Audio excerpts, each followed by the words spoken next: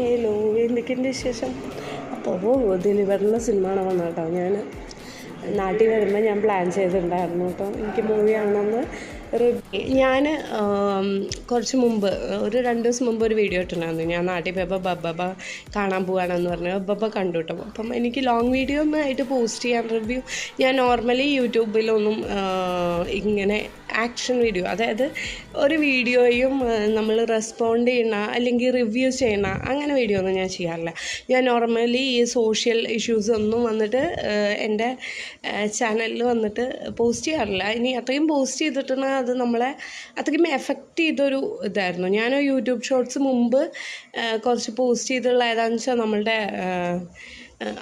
ദിയ കൃഷ്ണയുടെ ഒരു ഇഷ്യൂ വന്നപ്പം എനിക്ക് പേഴ്സണലി റിലേറ്റ് ചെയ്യാൻ പറ്റിയതുകൊണ്ട് ഞാനതിനൊരു റെസ്പോണ്ട് യൂട്യൂബ് ഷോർട്സ് ആയിട്ട് ഇട്ടിട്ടുണ്ടായിരുന്നു കേട്ടോ. നമ്മുടെ അഹാനയുടെ സിസ്റ്ററില്ലേ, അപ്പം ആ കുട്ടിയുടെ ഒരു ഇഷ്യൂ വന്നപ്പം ആ ഒരു ഷോപ്പിൻ്റെ ഇഷ്യൂ വന്നപ്പോൾ ഞാൻ റെസ്പോണ്ട് ചെയ്തിട്ടുണ്ടായിരുന്നു.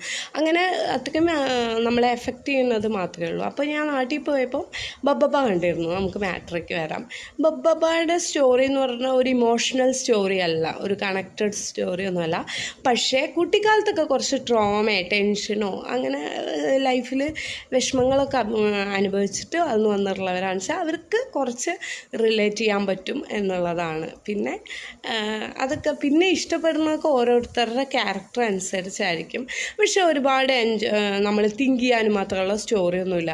ദിലീപേട്ടൻ ഫസ്റ്റ് അതിൽ അവർ പറയണ അതിൽ തന്നെ ഇതൊരു ഭ്രാന്തന്മാരുടെ കഥയാണ്, പറയണം അതിൽ തന്നെ അതൊരു ഭ്രാന്തന്മാരുടെ കഥയാണ്. അപ്പം എങ്ങനെയായാലും ജയിക്കണം, അല്ല ശരിയോ തെറ്റോ അങ്ങനെയൊന്നും കാൽക്കുലേറ്റ് ചെയ്യാണ്ട് ജീവിതത്തിൽ വെട്ടിത്തെളിച്ച് പോകണം എന്ന് വിചാരിക്കുന്നവർക്ക് റിലേറ്റ് ചെയ്യാൻ പറ്റുന്ന ഒരു ഫിലിമാണ് കേട്ടോ. അപ്പം എനിക്കത്ര മോശമായിട്ടൊന്നും തോന്നിയില്ല. ഞാൻ എൻജോയ് ചെയ്തു. 2.5 മണിക്കൂർ ഞാൻ എൻജോയ് ചെയ്തു. പിന്നെ അതിലുള്ള കോമഡിയും ലാലേട്ടനൊക്കെ ഉണ്ടായിരുന്നല്ലോ, പാട്ട്, ഇതൊക്കെ നന്നായിരുന്നു, എനിക്കിഷ്ടമായി. ബട്ട് ഒരുപാട് ഡീപ്പ് സ്റ്റോറിയൊന്നുമല്ല കേട്ടോ. ദിലീപേട്ടൻ എപ്പോഴും ചെയ്യുന്ന മാതിരി ഒരുപാട് ഡീപ്പായിട്ടുള്ള സ്റ്റോറി എസൻസും കാര്യങ്ങളൊന്നുമില്ല. നമുക്ക് എൻജോയ് ചെയ്യാം, അത്രേ ഉള്ളൂ കേട്ടോ.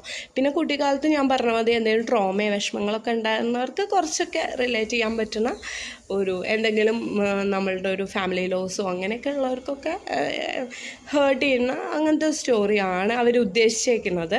പക്ഷേ എൻജോയ് ചെയ്യാൻ പറ്റും. ഞാനത്ര മോശമാണെന്നൊന്നും പറയുന്നില്ല. പ്രത്യേകിച്ച് ഞാൻ ദിലീപേട്ടൻ ഫാനായതുകൊണ്ട് എനിക്കത് മോശമായിട്ടും എൻ്റേതൊന്നും തോന്നിയില്ല കേട്ടോ.